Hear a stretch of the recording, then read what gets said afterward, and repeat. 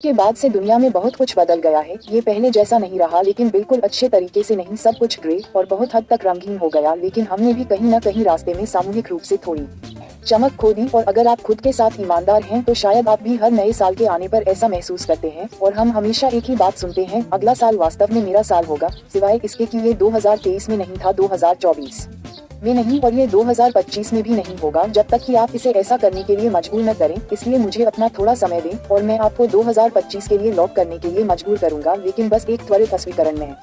आपको प्रेरित करने के लिए यहाँ नहीं हूँ। प्रेरणा एक चीनी रश है और मैं स्पष्ट रूप से कैंडी नहीं बेच रहा हूँ। मैं आपको उपकरण, परिप्रेक्ष्य और दांतों में लात देने के लिए यहाँ हूँ, जो आपको इस वास्तविक वर्ष को वास्तव में बनाने की आवश्यकता है। अब मैं आप पर बहुत अधिक कठोर नहीं होने जा रहा हूँ। मुझे पता है कि आप कोशिश कर रहे हैं, या कम से कम आपको लगता है कि आपने कोशिश की है। शायद आपने एक बल की योजना शुरू की, लेकिन 2 सप्ताह बाद छोड़ दिया क्योंकि जीवन व्यस्त हो गया, या आपने लक्ष्य निर्धारित किए लेकिन वे इतने अस्पष्ट थे कि उन्हें अनदेखा किया जा सकता था। जैसे कि मैं बेहतर बनना चाहता हूँ, जो सांस लेने में बेहतर है। आप जन्म से ही ऐसा कर रहे हैं। देखिए, कोशिश करना पर्याप्त नहीं है। अगर आप इसे आधा अधूरा कर रहे हैं तो आप असफल नहीं हो रहे हैं, क्योंकि जीवन अनुचित है। हालांकि हाँ, ये है, आप असफल हो रहे हैं क्योंकि आप जीवन के चमत्कारिक रूप से आपके वाइब्स के आसपास खुद को संरेखित करने की प्रतीक्षा कर रहे हैं। लेकिन ऐसा नहीं होगा। आप ही हैं जिन्हें अपने लक्ष्यों के साथ खुद को संरेखित करना है, और खुद को संरेखित करने के लिए आपको वहीं से शुरू करना होगा जहां ये सबसे ज्यादा मायने रखता है, आपका समय। आप शायद ये कहने के आदी हैं कि मेरे पास समय नहीं है। यह अजीब है, क्योंकि आपके पास कल 3 घंटे तक टिकटॉक स्क्रॉल करने का समय था। आपके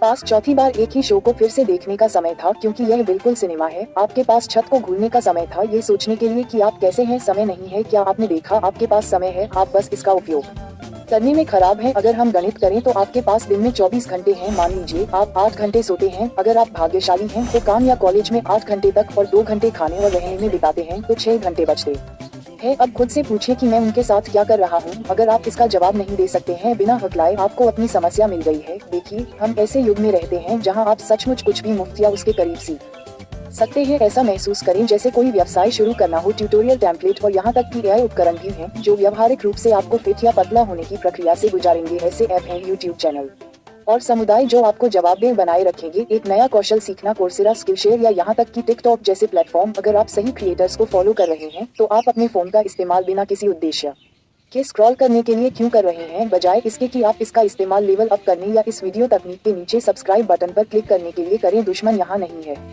आप हैं। आपका फोन एक उपकरण है, लेकिन अगर आप इसे खिलौने की तरह इस्तेमाल करेंगे तो यह आपको मजाक की तरह समझेगा। लेकिन फिर भी उपकरण सिर्फ उपकरण हैं। वे अभी भी बिना किसी योजना के बहुत बेकार हैं। जो हमें मेरे अगले पॉइंट सिस्टम पर ले आता है।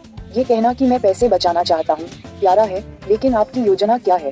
क्या आप खर्चों पर नजर रख रहे हैं, बचत को स्वचालित कर रहे हैं, या आप बस उम्मीद कर रहे हैं कि आपका बैंक खाता आपको सोमवार को भौतिकी की परीक्षा की तरह आश्चर्यचकित कर देगा? यही बात फिटनेस, सीखने के रिश्तों, हर लक्ष्य के लिए भी लागू होती है। सिस्टम के बिना मूल रूप से बेकार हैं। सिस्टम वह है जो आपको उन दिनों में दिखाता है जब आपको ऐसा करने का मन नहीं होता। वे उबाऊ दिनचर्या हैं जो वास्तव में परिणाम देती हैं। वे भोजन की तैयारी, अध्ययन, कार्यक्रम, कसरत की योजनाएं हैं। वे वही हैं जो उन लोगों को अलग करती हैं जो हासिल करने की बात करने वालों से हासिल करते हैं। और जब हम इस पर हैं तो आइए जल्दी से बदसूरत पीस को संबोधित करें और आपको इसे क्यों अपनाना चाहिए।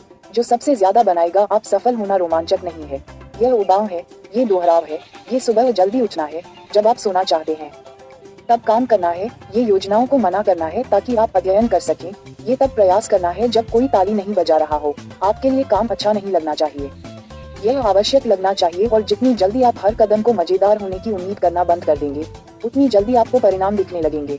बेशक काम पुराने ढंग से नहीं होना चाहिए, समय बदल गया है। आपको जागरूक होने और अपने सामने मौजूद अपार संभावनाओं और अवसरों को पहचानने की जरूरत है। लेकिन आप जानते हैं कि और क्या बड़ा है? हम अब सबसे अधिक संसाधन संपन्न युग में रह रहे हैं। अज्ञानी या स्थिर रहने का कोई बहाना नहीं है। आप अधिक पैसा कमाना चाहते हैं, बहुत सारा पैसा कमाने के अवसर हर जगह हैं।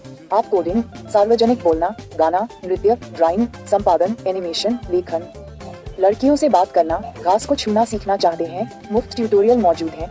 आप किसी भी चीज में बेहतर बनना चाहते हैं तो उसे गूगल करें, भले ही वह हमेशा सटीक न हो, फिर भी आप कुछ न कुछ सीखेंगे।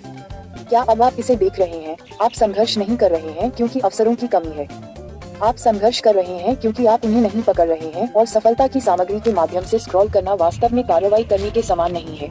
आप इस वीडियो को देख सकते हैं और मेरी सलाह सुन सकते हैं, लेकिन क्या आप वास्तव में काम कर रहे हैं? प्रेरणा के एक उबाऊ निष्क्रिय उपभोक्ता बनना बंद करें, सक्रिय भागीदार बनना शुरू करें।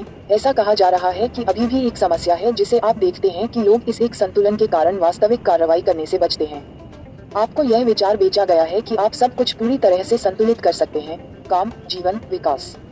बाकी वास्तव में यह इतना आसान नहीं है और यह एक तरह से ओवररेटेड भी है। यदि आप किसी चीज को बहुत बुरी तरह से चाहते हैं तो आपको अन्य चीजों को गिरने देना होगा।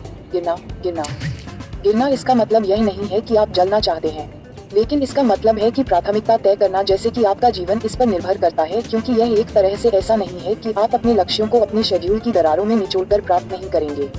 उन्हें सामने और केंद्र में होना चाहिए, न कि बाद में सोचा जाना चाहिए। और ऐसा करने में सक्षम होने के लिए आपको एक बड़े सवाल का जवाब देने की आवश्यकता है कि क्या मैं वास्तव में कोशिश कर रहा हूँ, क्योंकि यह कहना आसान है कि आप कोशिश कर रहे हैं, लेकिन क्या आप वास्तव में कोशिश कर रहे हैं या आप बस कोशिश कर रहे हैं?